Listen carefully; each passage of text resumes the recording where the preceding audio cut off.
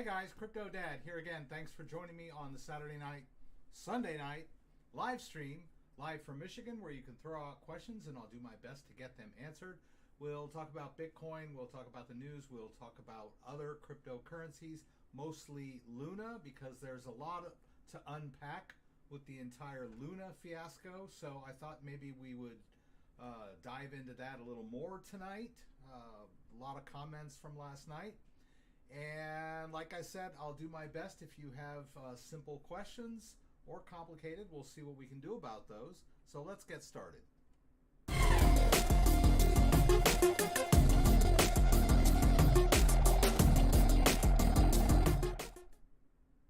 right, so we're here. We got the rig in focus. And let's see, we got sound, looks like. So let's see. We'll turn this mic up just a little bit so you guys can hear me a little better. Hopefully that's going to do the trick. So I was having horrendous buffering issues last night. I did a little research and I lowered the bit rate in my OBS Studio, which is counterintuitive because you would think the more the better, right? The higher your bit rate, the faster you'll stream. But apparently there were some sync issues with YouTube. I don't know if they've introduced new maximums for the whatever. I can't even think right now. Resolution you're streaming in, right? No, I stream in HD. I've always, ever since I started in 2017, I prided myself on uploading full HD. I had an HD camera. I always uploaded HD videos. And I've been doing this for a long time. And last night I felt like an amateur. I saw somebody in the comments said something about maybe if you learn how to stream, you might have more subscribers or something like that. So anyway, I was like, we gotta like straighten this out. I'm looking at the green in OBS Studio and it looks like it's fine. If OBS Studio starts disconnecting and reconnecting, I might start crying and stop streaming, but we'll see. But welcome everybody, I'm glad everybody's here. We're gonna talk a little bit more about what happened last week with the Luna. I just dropped a video today on setting up and using the new Ledger Nano S. Let's see if I can, well, I'm going to do it this way if I can. Yeah. So I just dropped this new video on using the Ledger Nano S. I've divided it up into chapters like I usually do because my videos tend to run a bit long for most people's attention spans. But I've done a pretty what I consider a pretty good deep dive on comparison of the Ledger product line. So you can choose what is best for you. And then I go through the entire setup of the Ledger device and a little asides on what constitutes a wallet and what doesn't, that kind of stuff, and how to fund it with some Bitcoin and transfer the Bitcoin back out if you need to, right? I don't know. I've done so many wallet setup videos in the past and thought, oh, I'm telling them everything they need to know, and then I get all these panicked comments that are like, what do I do if the price of Bitcoin goes up and the Bitcoin is in my wallet? Then what? And I'm like, I guess I never really thought that I had to explain to them how to transfer it back. But, you know, I shouldn't make those kind of assumptions. So anyway, check out that video. It's pretty good. It took me a while to record and edit it. Let's see where we're at here. Thank you, everybody, for joining. I'm going to go ahead and pop out chat here so that I can look at what I'm doing over here. Let's take a look at the market real quick.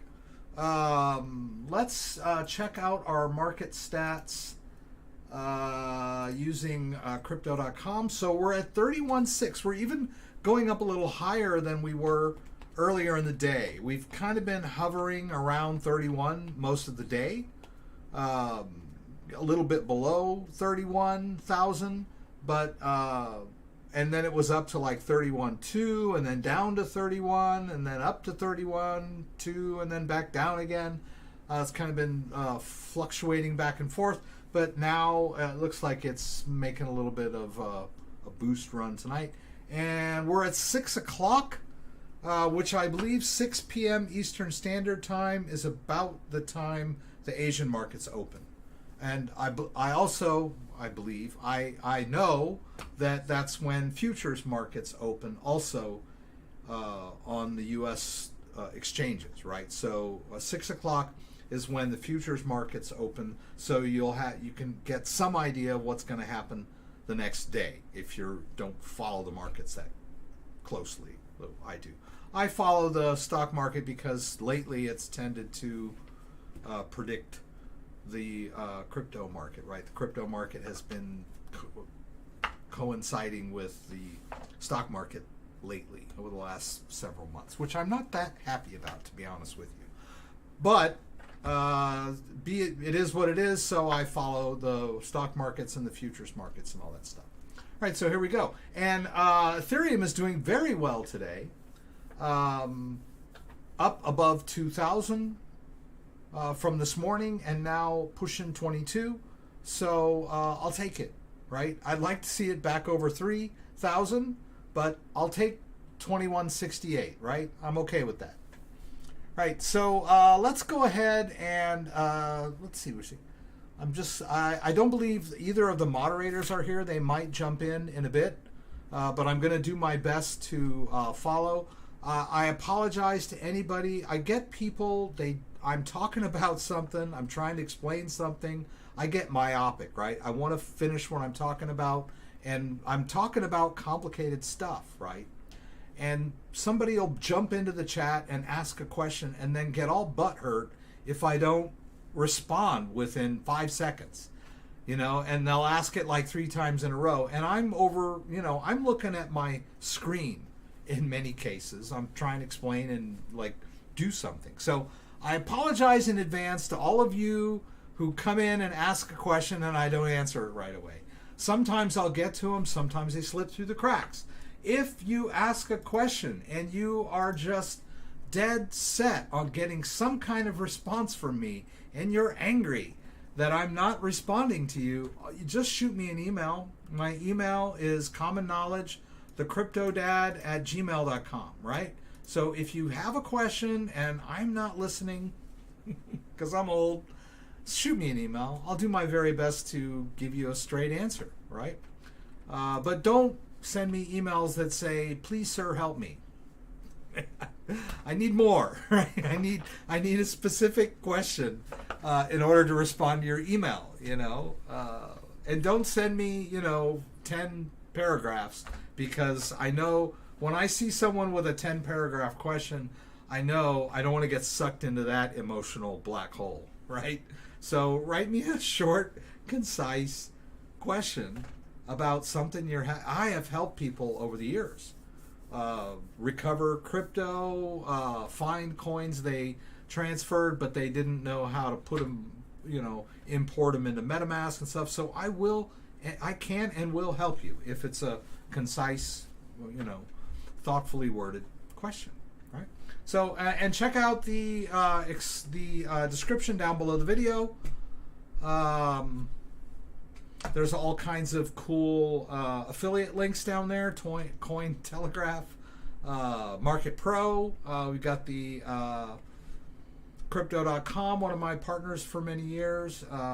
Ledger Nano X, all that good stuff, man. Check all that stuff out.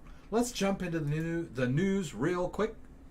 I'm looking at Zero Hedge. I share a lot of articles from Zero Hedge, but not tonight at the moment. So the first article here is just kind of an overview of what happened with Luna, and we've kind of been over this in excruciating detail from last night. We talked about what happened with Luna in pretty good detail. So if you are curious, there were some gaps because of my connection issues. But if you just go to my where are we here? Let's see. If you go to my channel, which is like YouTube/CryptoDad or whatever, just go to videos and look at my last night's live stream. And if you go there, and let me just stop it real quick, and go down in the description, there's some really pertinent news stories about what happened and my take on what I think happened, right? And someone was asking me last night, did the Luna Foundation sell a bunch of Bitcoin on Gemini and Binance? I don't know. I believe they did. So if you're curious about that. So a lot of people are pointing fingers and blaming, right? So some people are saying it's a Luna thing, that was a rug pull, they had the whole thing planned. Others are blaming BlackRock and Citadel for attacking the system with deep pockets. So, you know, it's one of those things. So we're going to kind of go into it. But this article that I've got linked in tonight's video is a pretty good overview of what happened with the UST Luna situation, right? UST, there was a large entity that borrowed a bunch of money from Gemini and used it to purchase Bitcoin and UST stablecoin. And they started dumping UST stablecoin on the open market, which caused the price of the stablecoin to lose its peg, right? And once that happened, in the beginning, it was just a cent and a half, right? It went down to like 98.98 cents instead of $1. But that was enough to throw the system off balance, and then people started withdrawing UST from Anchor Protocol, and that caused more panic, and then people started selling their UST, myself included. I sold some of my UST early Monday morning because I was concerned. And so more and more people were selling UST on the open market. The price of UST started to depeg even more, and this affected Luna, and Luna consequently eventually crashed within a few days completely, right? So there you have it, right? So this article kind of is a good overview of what happened. Got big bags of Luna for 300. Yes, PD, I think you commented earlier in the stream, and you said that your Luna was worth $1,800, and I looked at the current price of Luna, and I said, well, wait a minute, he just said he has $300 worth of Luna, and now it's worth $1,800, but I posted in the comment section, in the chat window, let's go back over there. Oh, I'm sorry. Let's go back over here. Where the heck are we? Oh yeah, I'm on my browser, right? Let's see if we can get back over there. I moved chat, right? So let's see. I can pull chat over here, or can I? What in God's name am I trying to do? Right, here we go. Currently, 300 Luna is worth 0.06 cents. So I'm not sure if you're being sarcastic, or if you think you really scored by, or maybe you sold it for $1,800. I don't know. But if you did, bully for you, right? But at the moment, right now, Luna's pretty much worthless, right? Somebody else just threw a tip my way. PZ. Oh, it's the same guy. Just wanted them to see you would respond with super chat. Thank you, of course. Yeah, I do respond, right? I try. Super chat helps because, I'm an old guy and I get to talking and I'm not paying attention to what's going on. Usually my moderators are really good about answering people's questions. New to the channel and just watched the Oculus video. Thanks for the great walkthrough. Would you recommend it over others like Ledger, Trezor, etc.? Well, let's go back over here so I'm not just talking over my thing. If you're interested in the Oculus wallet, it has its advantages and disadvantages over pardon me, over Ledger. But it's not my go-to wallet personally.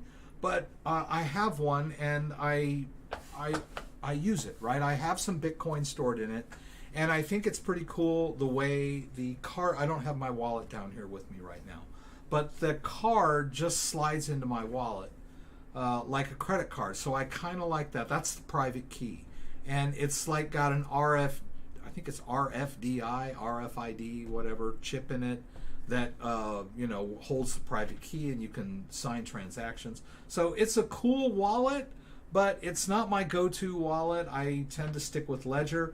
One of those reasons being that Oculus is not compatible with like a lot of these DeFi websites where we're doing all this DeFi stuff. So it's not as versatile as a Ledger or a Trezor. Anyway, let's go ahead and jump back into this. PGZ. Okay, wait. I'm going to catch up with what you guys are asking me. I lost 180,000 or my 240,000. I'm a mess and taking crazy risks to get it back. Any better ideas? Yeah. I am not here to give financial advice. I usually just do technical issues. You obviously are under a lot of stress right now, and I don't know how open you are to any kind of advice, right? This is Jamie, JC22. But my dad used to take us to Las Vegas when we were kids. He used to go on junkets a lot. And he was a big lover of blackjack. And sometimes he came home flush, and other times he came home with nothing, right? And he owed a couple grand from the marker he took. So, but his advice to me, and I guess this is a thing, if you're going to compare crypto trading to gambling, and the advice is never double up to catch up. Right? So if you're gambling and you've lost a bunch of money, don't try to double up to catch up, right? Don't try to lay down more money thinking you're going to get back what you lost, because you could end up losing that extra money that you've shelled out, right? I would say what I did, right? I did not lose that much money. I lost about $3,600 of my pay-in, right? That was the amount of money that I put into the Luna that I owned that is now worth zero, basically. And it was worth more, right? So at one point it was worth a little over 10 grand. So in my mind, I could tell myself I lost 10 grand, right? Because I didn't sell at the top, right? But when I look at my portfolio and I can see the current price of Luna, I can also see that, it's negative 3,600, because that's the amount of money that I put into it. I'm not going to run out. I haven't bought anything over the last this whole week. I haven't bought anything. Things are just too volatile right now. You may be different, but I am not buying right now. I'm going to wait and see what happens this week. I could miss the boat, if you want to call it that, right? The crypto market could shoot up tonight and tomorrow and up till Wednesday, and I might miss out. But I'm not worried about that, right? And I'm not worried about trying to get back that 3,600. That's cost of doing business in my mind, right? You lose, right? Don't stress out over a loss. Just accept it and move on, right? I have other cryptos that are also negative that I have no need to sell them right now. If you need money and you got to sell your crypto at a loss, that happens. That's happened to me. Sometimes I do it. Sometimes I need a couple of grand, so I sell crypto. And in a bad market environment, it hurts, because you were hoping that was going to be your the car down payment or your house down payment or whatever. You're like, oh man, I was hoping that was going to shoot up to $10 per coin and I would have 50 grand and I could pay off all my cars or whatever, and then you end up having to sell that whole bag for 2 grand because you need 2 grand, right? And that hurts, right? But risking more to try to win back what you just lost to somehow get even is a recipe for disaster. And that's all and if you look down in the description, it'll tell you that, what I tell you here on this live stream is pure entertainment, right? We are but entertainers, right? Disclaimers, right? I'm not here to give you financial advice. But you asked it, so I gave you a question here. CryptoDad or chat, what time is the best to send ERC20 tokens, lower network fees? I have found, personally, that, let's just tell you the worst time, right? The worst time, generally, the people in the U.S. are more active in crypto, right? So you're going to have higher network congestion in the evening in the U.S., right? So, L.A. is behind New York by about 3 hours. So if you think about it, people on the East Coast around 5 o'clock are getting off work, right? And so they come home from work, they get on their computers, they start doing their crypto or whatever. So high congestion. And then about 3 hours later, you've got everybody from the West Coast is coming home after 5 o'clock from their jobs. So that would be 5 plus 3 is 8 o'clock, right? So if you look about 8 o'clock Eastern time on to 10 o'clock or 11 o'clock or 12 o'clock, that's high congestion, right? Because you've got both of the coasts are home in the evening doing their crypto stuff.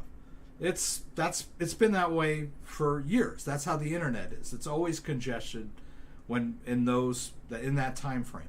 So if you're trying to move ERC20 tokens and you're looking for a low congestion time, late at night, East Coast time, like 1 or 2 o'clock East Coast time, or early East Coast time, like 5, 6 in the morning is when you're looking at, most people are not up yet, right? Nobody in East Coast is up yet, or very few people. And people in LA it's still like 3 in the morning there, they're all asleep. So early in the morning and late after, midnight at night is, if you're looking for low traffic times, that's the time, right? Now, that doesn't guarantee that you're going to get the lowest fees, right? It's a crap game, right? And it all depends on the market conditions and all that kind of stuff too. And, people in Asia are up and trading as well, right? You've got a lot of, just because China has banned crypto, does not mean that there are people in China that are not moving things between wallets, right? And you've got Japan, you've got, all of Southern Asia, you've got India. So you got a lot of activity even during those times in the U.S. So take what I tell you with a grain of salt. RJR Bizzle, 1984. I feel so horrible for all the people who lost so much on Luna. There's just nothing to say that can help. Obviously, it's the crappy thing about investing. I know how it feels too. Believe me, RJ Bizzle, I agree wholeheartedly with that, and I know how it feels too. I would survive the crypto winter of 2018, right?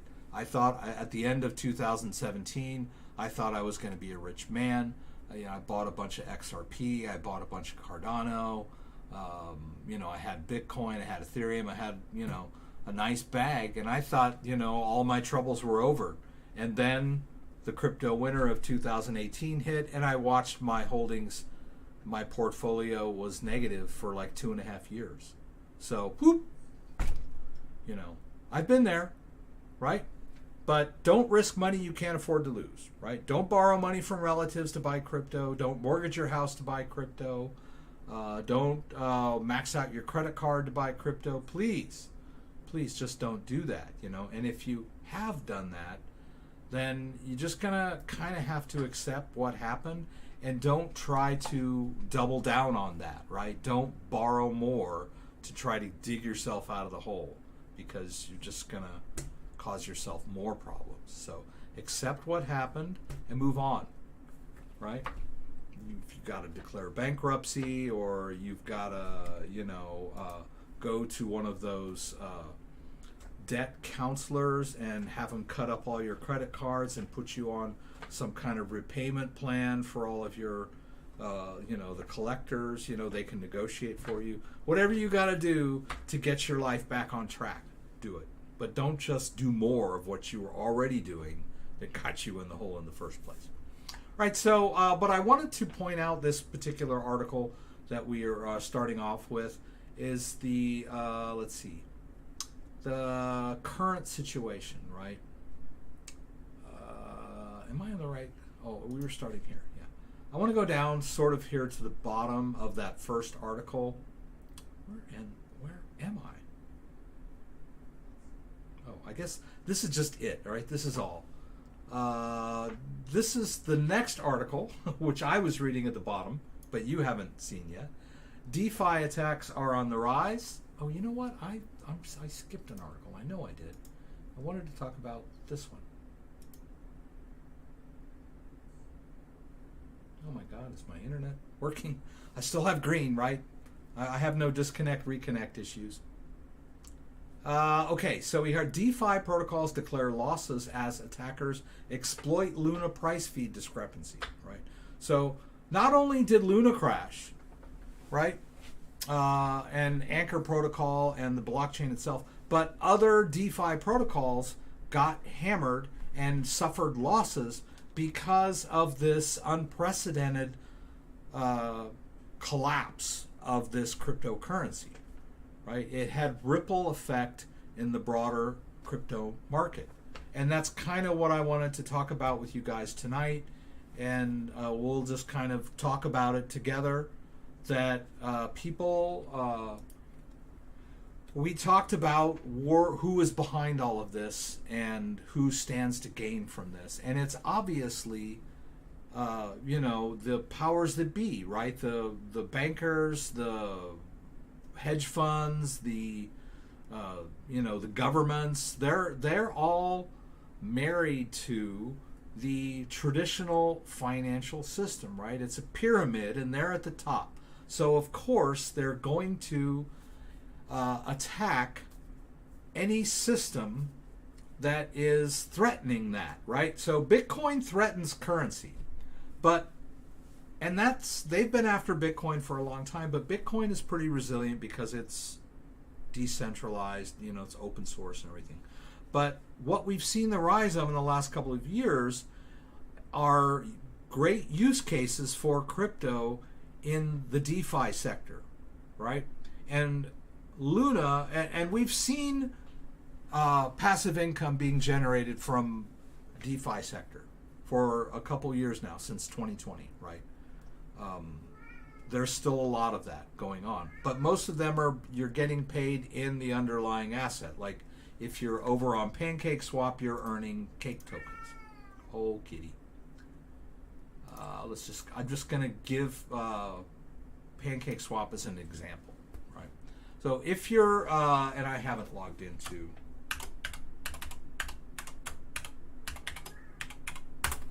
So if you're using PancakeSwap and you're earning liquidity on a farm or anything like that, you're getting paid in cake, right? And I'm sure the people up there in the big, citadels were like, I don't like this, that people are losing, earning money by deposit. A guy with $500 can earn a pretty decent passive income if he puts it into DeFi. But that wasn't a huge problem for them. All they had to do was throw out a news story bashing crypto or whatever, and the crypto market would go down. And their profit, the people that were in these DeFi protocols earning passive income kind of lost those rewards, got wiped out because of the market action. But Luna was a different story, right? Luna and Anchor Protocol were allowing people to use a stable coin a US dollar pegged stablecoin, UST, to earn 20% on their deposits, right? So you know that had to be a huge threat to the current financial system.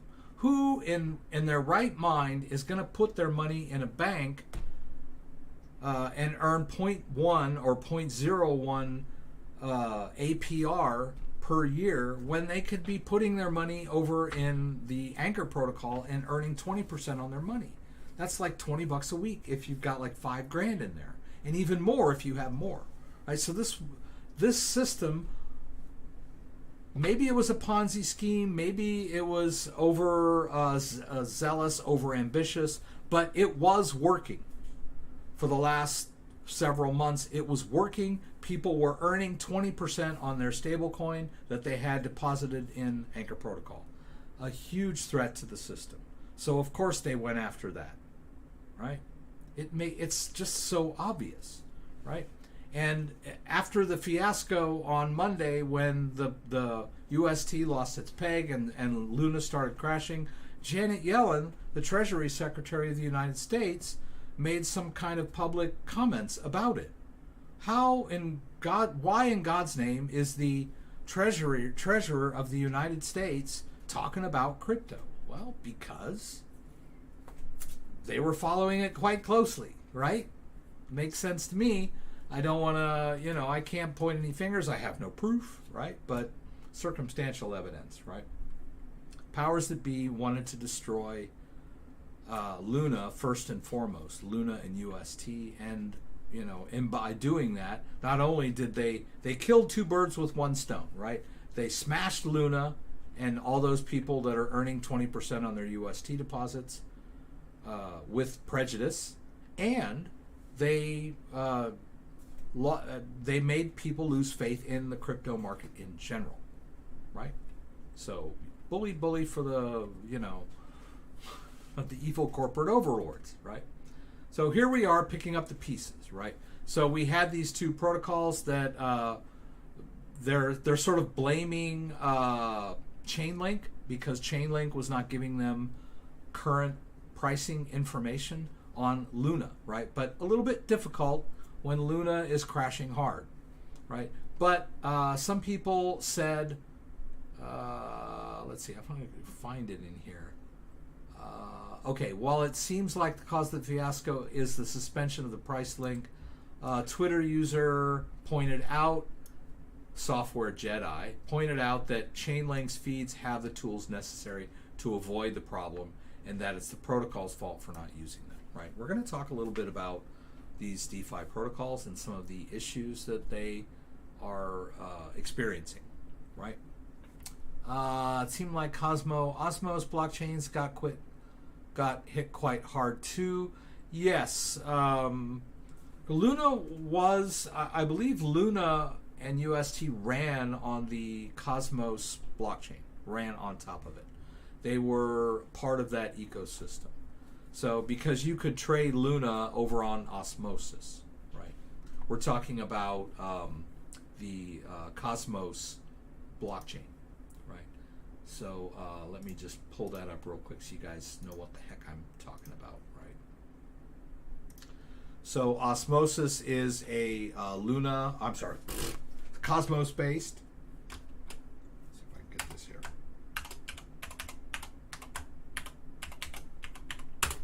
Right, and the Kepler wallet is Cosmos-based, and they supported Luna, right, and UST. You can see I've still got some Luna in there. Although they still have deposits and withdrawals for both Luna and UST suspended, right? Even though it's a DeFi, right?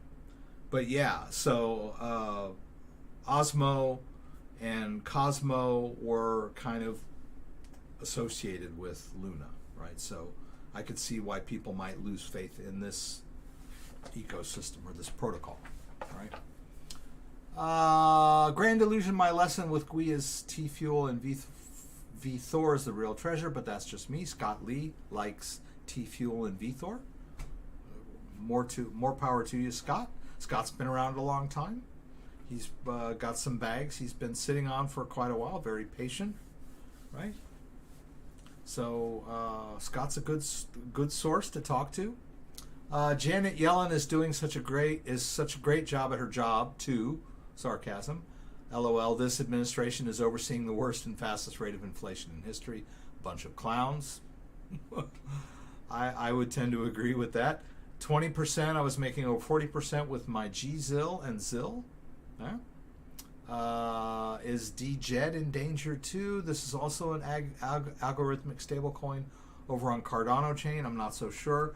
I would imagine that there's not going to be a lot of investor confidence in algorithmic stablecoins. I know that Tron also just released an algorithmic stablecoin, so we'll see, right? The idea, I think the idea was, I think it was a good idea, right? I don't know how practical it was or how attainable it was, but the concept seemed good, right? You have a stable coin that is not pegged or is not tied to anything, and it can't be manipulated. Although, as it turned out, the Luna Foundation did come in there and kind of screw things up. It was over time, right, when the protocol started to get attacked, right, and that was kind of their downfall, was that they took action, which by taking that action made it more centralized and watered down the value of UST. Which stablecoin is built well? Is DAI next? The top stable coins are Tether and US dollar coin, if we look at those. But those are backed. Okay. Those are backed by assets, right? So Tether is backed by dollars in the bank or other types of assets like stocks and real estate and whatever. And so is US dollar coin. Tether is a foreign from the U.S. We're a worldwide community here, but I'm not sure where it's based exactly. But I know that U.S. dollar coin is run by Circle, which is the company that owns Coinbase, right? It's a U.S. based, and they're trying to get bank approval, right? But the main complaint that I hear about Tether, and there's a lot of Tether haters out there, and they'll tell you that Tether is a huge scam, and the only reason that Bitcoin has any value is because it's propped up by people printing Tether out of thin air. I think that's an oversimplification, but I think it was revealed at one point that Tether was not fully backed one-to-one with an equivalent amount of US dollars, right? There was a little bit of slippage in there, but I think they were unduly scrutinized and singled out when you think of how the U.S. banking system works. Banks run on fractional reserve banking, which allows a bank to lend out 10 times the amount of money that they have on reserve. So a U.S. bank that has $100,000 in cash reserves can lend out $1 million, and that's okay, right? But Tether, they're like, well, Tether's not backed 1-1, well, neither is the US dollar, and neither are banks, really.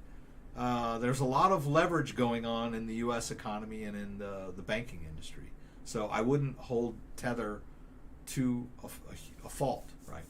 But we'll see, right? People are always saying, oh, the day will come when Tether crashes, right? The whole Ponzi scheme collapses. I don't know about that. Let's see, where are we with our, let's see, we talked about this one. These articles are linked down below if you want to read a little bit more. But basically, I just wanted to point out that a couple of other DeFi protocols were affected by the collapse of Luna, right? And then DeFi attacks in general are on the rise over the last year or so ago. And this is a really good article. It talks about how DeFi protocols or platforms are targeted and attacked by hackers, right? And generally, what's going on are the hackers are closely following what's going on with these protocols, and they're getting in there and finding exploits before they are able to be patched. And there's a lot of lax security in the DeFi sector, right? There's a lot of developer teams, and they're like, it's like, okay, we have this great idea, we want to create this DEX, let's code it, and then they're in a hurry to get it up and running and start making money, right? Because they usually are it's gonna be profitable for them, and they don't use all of the tools that a good developer would use and run tests for bugs and get it audited for any kind of issues, right? So what it reminds me of when I was younger, when I was a younger man, and it's still going on today, is the constant fight between software or viruses, computer viruses, malware, and antivirus malware software, right? So you have software that gets a virus, and then the antivirus company comes out with a fix for a particular circulating virus, right? And so you install your antivirus software, and boom, your virus has been cleaned off your computer. Well, then a new virus comes out, and so the antivirus software people have to, deal with that virus. They have to update their software or come out with a new version or whatever to deal with these new viruses. And it's a constant back and forth between virus, antivirus, virus, antivirus, and new virus, new antivirus, new virus, new antivirus. It just goes back and forth. Well, now, but back then, most of the virus writers a lot of them were basically just into mayhem, right? They just wanted to cause mayhem, and they really weren't financially motivated.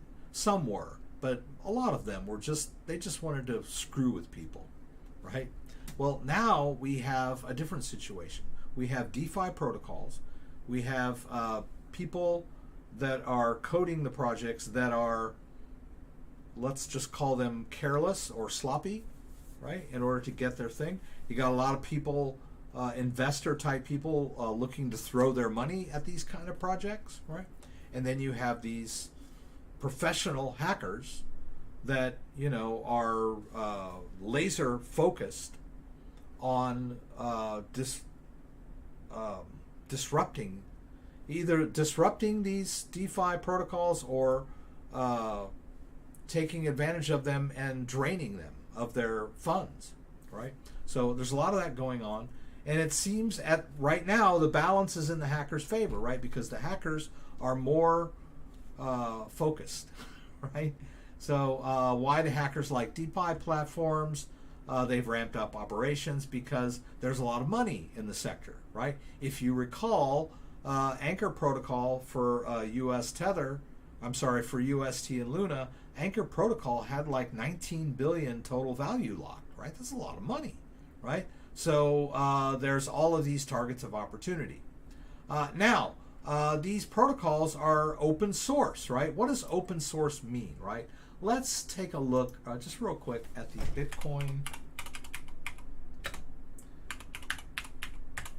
Open source means, and this is Bitcoin, right? We're talking about DeFi protocols, but I don't know of any right this moment. But I do know that Bitcoin is open source, right?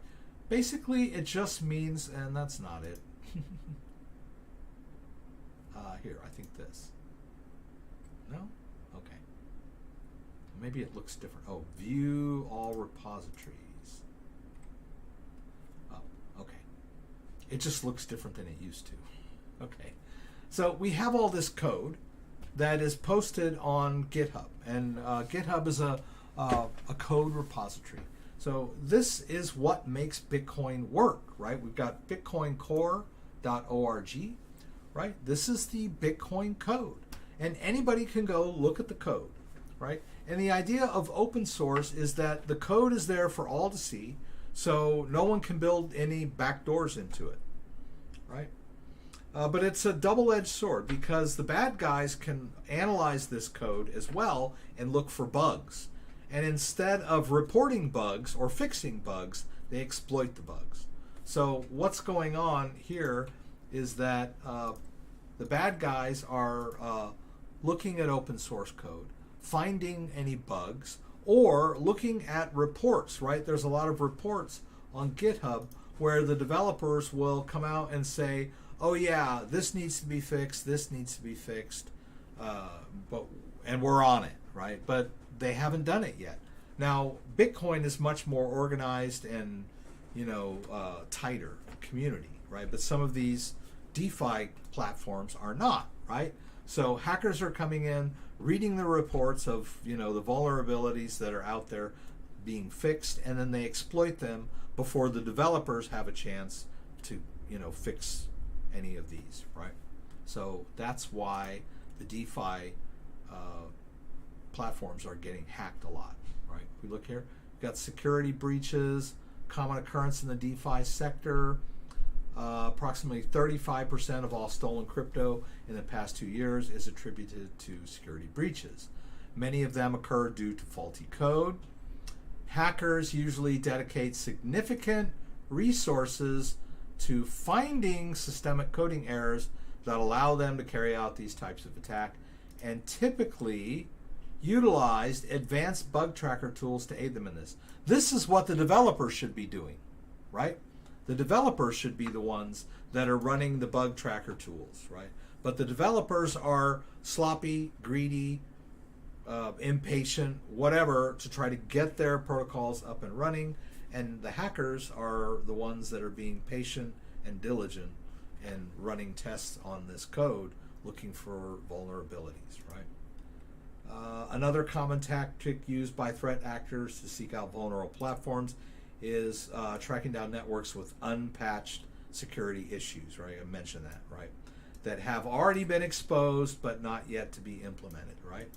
Hackers behind the recent wormhole DeFi hack attack that led to a loss of about 325 million in digital tokens are reported to have used this strategy, right? An analysis of the code commits revealed that a vulnerability patch uploaded to the platform's GitHub repository was exploited before the patch was deployed, right? This mistake enabled intruders to forge a system signature that allowed the minting of 120,000 wrapped Ethereum coins valued at 325 million. Now we also have flash loan attacks. Lending protocols are targeted and compromised using price manipulation techniques that create artificial price discrepancies. This allows bad actors to buy assets at hugely discounted rates. Most flash loan attacks take minutes and sometimes seconds to execute and involve several interlinked DeFi protocols. They target assailable price oracles. DeFi price oracles, for example, draw their rates from external sources such as reputable exchanges and trade sites. Hackers can, for example, manipulate the source sites to trick oracles into momentarily dropping the value of targeted asset rates so that they trade at lower prices compared to the wider market, right? Then the attackers buy the asset at a deflated price and quickly sell them at their floating exchange rate using leveraged tokens obtained through flash loans. Besides manipulating prices, some attackers have been able to carry out flash loan attacks by hijacking DeFi voting processes, right? If you remember, I don't know that we can look over here at Anchor Protocol real quick. I kind of remember this because it's very easy to find on Anchor, right? You have this governance section where if you own enough of the coin, you can vote on, like right now, they're voting on the emergency measures for restoring the Terra peg, which I think that one's dead, right? But in this hack, the hackers were able to Beanstalk DeFi and The Beanstalk team had included governance mechanism that allowed participants to vote for platform changes as core functionality. It's pretty popular, right? Analysis of the breach revealed that the attackers obtained a flash loan from the Aave DeFi protocol to get almost $1 billion in assets.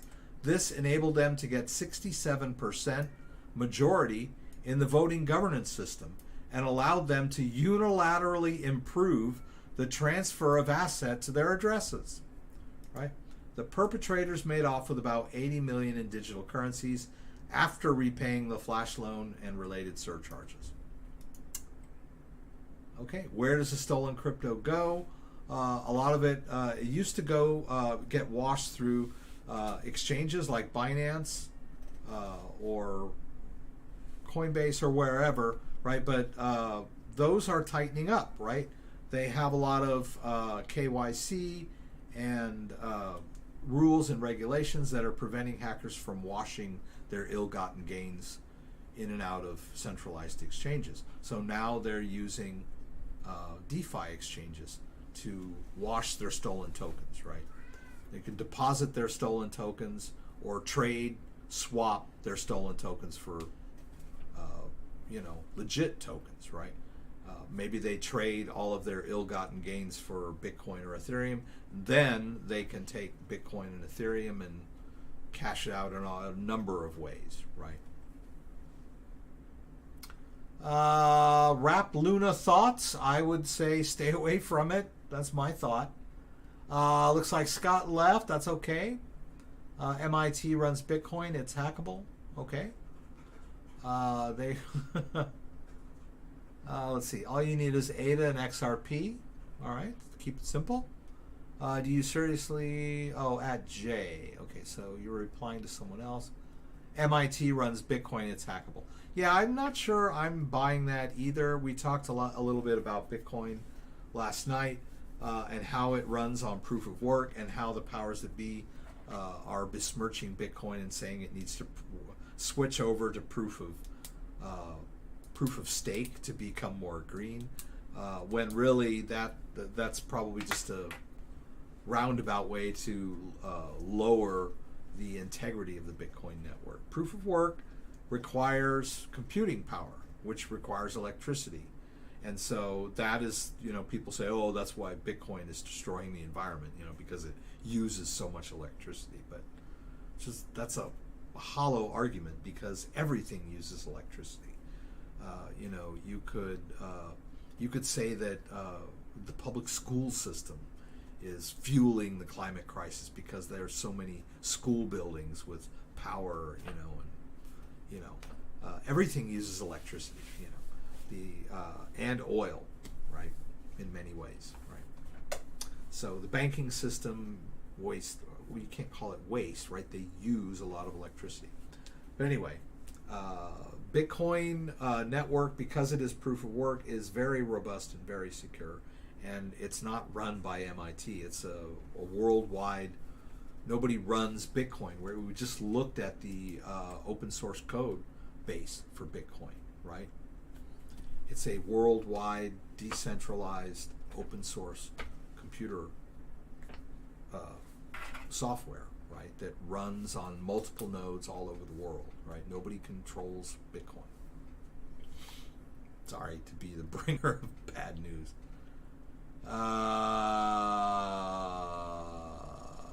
Okay.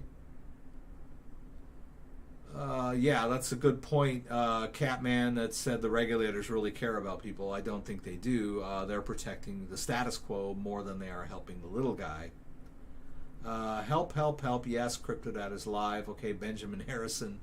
I might be able to answer your question if you throw one out there. You can swap all you want. Original addresses remain forever. Not necessarily. You could buy Monero, and then Monero is untraceable. It covers your tracks, and then you can go somewhere else using a VPN and swap your Monero for fresh Bitcoin. There are also Bitcoin tumblers or mixers out there where they use complicated systems to break up chunks of Bitcoin into smaller pieces and then move them around so that tracing them is extremely difficult. Right? Yes, the Bitcoin blockchain is transparent. Oh, and Kitty's here. Hello, Kitty. Kitty has become an outside cat, right? Kitty goes outside now. He's over 1 year now, and we think he's capable. I put a little tracker on his collar. Hey, come here, Kitty. What are you doing down there? Oh, you down there? He's out of reach right now. Little Apple tag on his collar so that I can track him if he gets too far from the house. So last time I was on your live stream, I might not have fully gave you context of my issue. It was more like I had crypto that kept going and I only could see the watch wallet because, but not the PVK balance. Okay. Ben, it sounds like you somehow have lost your access to your private keys. I'm just looking at I just grazed your first statement, right? If you have lost access to your private keys, you forgot your password, you lost your device, you don't have your recovery phrase, whatever the case may be, you can watch your wallet on the blockchain all day long. It's not going to help, right? I get that a lot. But I can see it. I can see it. It's right there. I'm like, it doesn't help you, right? I can, I can hawk my gold watch and I'm broke wandering the streets. I can press my nose up against the glass of the pawn shop and see my gold watch in there, but I can't do anything about it because I don't have the keys to the pawn shop store, right? I don't control that, right? So yes, I feel bad for you if you had some sort of wallet with Bitcoin or Ethereum or whatever you had, and then you lost a password or a passphrase or a device, and you don't have your recovery phrase or whatever. Yeah, that's great that you can see it. It's not going to help. I don't mean to be the bearer of bad news, but I will also tell you that anybody that tells you they can recover it for you is trying to scam you in most cases. Every now and then, someone with this problem like yours it's something I can help with, but very rarely. But Benjamin, it sounds like your problem is complicated. I would suggest sending me an email. There's no way that I can magically figure out what happened to your wallet during my live stream, right? I need more information. I need addresses and things like that, public addresses. I don't want you giving me any of your info. I have a lot of private keys. I just don't know how to get the balance to them. Well, if the balance has moved somewhere where you don't have a private key, there's no way you're going to get it back.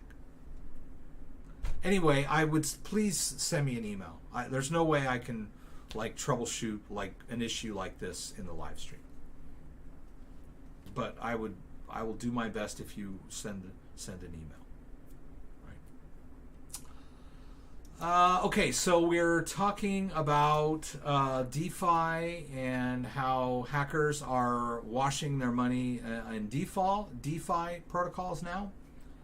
But the problem here that we have is that people are losing faith in DeFi, and that's really that the powers that be could not be more overjoyed, right? That people are no longer thinking they can park their money in a DeFi protocol and learn how to earn passive income, right? Powers that be would rather have people dropping money in the stock market, right? So, it floats to the top, right? So they're overjoyed that people are losing faith in the DeFi, right? But most people don't really understand crypto. The majority of people have maybe heard of it. So when they see all these articles about all these hacks and how people are going to lose their money and they have a bad taste in their mouth, they're not going to jump in there and throw their money into this kind of stuff, right? And it's a contagion, right? It kind of affects other cryptos like Bitcoin as well, right? Even though people like me and a lot of you know the difference between a DeFi protocol like Luna and a cryptocurrency like Bitcoin, most of the people, the general public, don't know the difference, right? So they might be afraid to buy Bitcoin because they've heard about the collapse of Luna, right? So I just want to point out that currently market sentiment for crypto has soured, but that does not mean that the fundamentals have changed in any way or form. We're just talking about public sentiment. I think governments are trying to hack 24/7. I agree. We know very well that they're right now around the Ukrainian invasion, war, whatever you want to call it. Under the surface of the Ukrainian war is the largest cyber war in history occurring right now. It's widely reported that the Russian government or hackers that work for the Russian government are actively attacking Ukraine. Huge cyber war going on. And we should also be aware, it should be obvious to us that the other side are doing the same thing to Russia, right? We have cyber attacks against Russian targets going on from the West, right? So at this moment, we have one of the largest cyber wars in history happening right now under the surface, right? It's obvious, right? So we have to be aware of that. There's a lot of uncertainty in the market. There's a lot of uncertainty in the digital world, right? People are generally worried about cybersecurity. Their Amazon accounts, their Facebook accounts, their Twitter accounts. People are, Twitter's getting hacked, Facebook gets hacked. Haven't heard anything about Amazon. They're pretty big. They probably have a dedicated cybersecurity team. Government websites are getting hacked over there in Europe. So, there's a lot of uncertainty in the digital world. And there's also inflation in the U.S. and the Russian sanctions, which are hurting both Russia and Europe, right, and the U.S. in indirect ways, right? So there's a lot of uncertainty overall in the air. So, but the fundamentals of what Bitcoin is and what a lot of cryptocurrencies are has not changed. But as I mentioned last night, if you're thinking of investing in a crypto that is involved in, a niche, like metaverse kind of stuff, metaverse is in its infancy, and you may not see returns on metaverse stuff for a couple of years or maybe longer, right? There's that huge run-up. If you remember back in the late 90s, there were huge run-ups in anything involved in the internet. Price of Yahoo, price of Amazon, the price of Apple, all those companies were having huge run-ups, but then it all came crashing down in around the year 2000, right? But that did not mean that there was nothing, that the internet was done, right? Or that online commerce was done, right? Amazon is still around and stronger than ever, but there will be peaks and troughs, and they all have to do with market sentiment. So I feel the same way about cryptocurrencies and blockchain technology and companies that are using blockchain technologies. I feel they're the way of the future. They're going to be around a long time. Some will survive, some won't, right? Toys R Us, or there was toys.com, and selling toys online didn't pan out, but Amazon did, right? So we'll see. But like I said, don't take that. If you lost money with Luna, don't double up to catch up, right? Please just take your loss and continue forward and only spend what you can afford to lose for the moment, right? Might be a good time to invest in some of these cryptos that are down, right? But don't mortgage your house and go out and buy a bunch of Decentraland or Axie Infinity or what was that one, the Alice coin or whatever. All these these are up and coming technologies and use cases, right? I would say Bitcoin is a good bet right now. There's never a bad time to buy Bitcoin, right?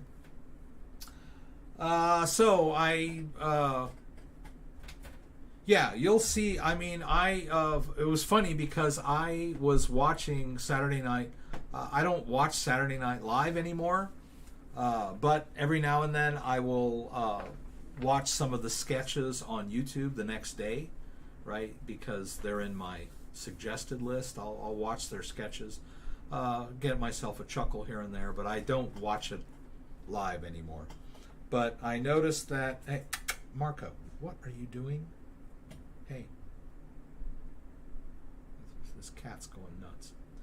I was watching the Weekend Update, which I usually don't watch because it's so political in ways that I don't agree with. But they were talking about Bitcoin.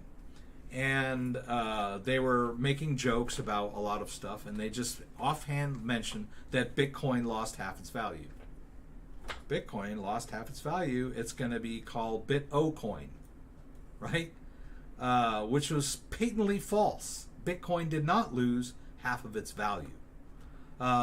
It might be, I guess you could say that it's 50% off its all-time high, but that's a very unfair metric, right? Bitcoin hit 68,000 last year, but only briefly, right? If you look at the average price of Bitcoin, I would say over the last year or so, it's probably around 40,000, right? So being down from 40 to 30 is not losing half its value, right? And if you look at where Bitcoin was last month and where it is today, even that is like not even close to half its value. I don't know about the entire cryptocurrency market cap, if that lost half its value anytime in the near future, but to just like blatantly just declare that Bitcoin lost half its value was disingenuous at best, right? And from my view, Saturday Night Live used to be the alt culture back in the 70s, but somewhere along the line they became cheerleaders for the system, right? They're they're cheerleaders for the powers that be, as far as I'm concerned, at least on the left, right? So yeah, I don't take much stock in what they say. Anyway, the joke writers on that show are so awful, aren't they? Yeah, I'm just like, I think sometimes they're funny, but they're too political, and it's politics that I don't agree with. If you watch the old Saturday Night Live, they treated both sides of the political spectrum with disdain, right?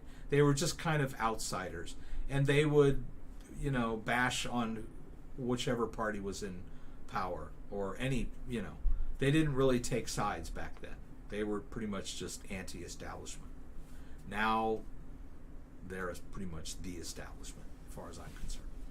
Anyway, so I didn't really get a chance to move much crypto around.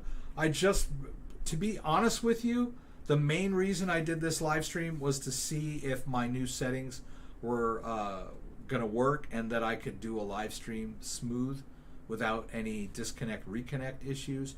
And it looks like it worked. Oh, and I loved Chris Farley. Yeah, Chris Farley. Bless his heart and God rest his soul, Chris Farley. Yeah. Great physical comedian. But I'm gonna sign off. I know I've only been on for an hour, but my wife wants me to watch TV with her and hang out tonight. And I was doing my live stream last night. But it seems like I've been looking at my bit rate, and it looks good, right? I can see that I'm like at 60 frames per second at 4645 kilobits per second. and it's been a great connection. I'm gonna watch my video again and make sure there are no it looks good to me and that it's not, you know, that the quality is bad or anything, but it looks okay. At least I haven't got any disconnect reconnect issues tonight, right? And that was the main reason I wanted to take out my new settings for a spin. So thanks for hanging out with me, just talking. I saw a lot of questions. I hope that everybody was happy with the quality of the stream. And Benjamin, please send me an email. Oh, you just sent it. I'll look it over, and if there's anything I can do to help, I will. And I'll give you my opinion of what I think happened. Please don't send me any of your private keys or anything like that. That's why troubleshooting wallet issues is always a little bit tricky. But if I need more information from you, I'll let you know. But I'll take a look at that email, and maybe we can figure out what's going on.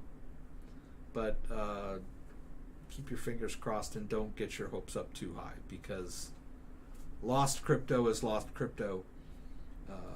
But I'm a little biased in the negative side because I've been at this so long. But I'll do my best, right? I have helped some people.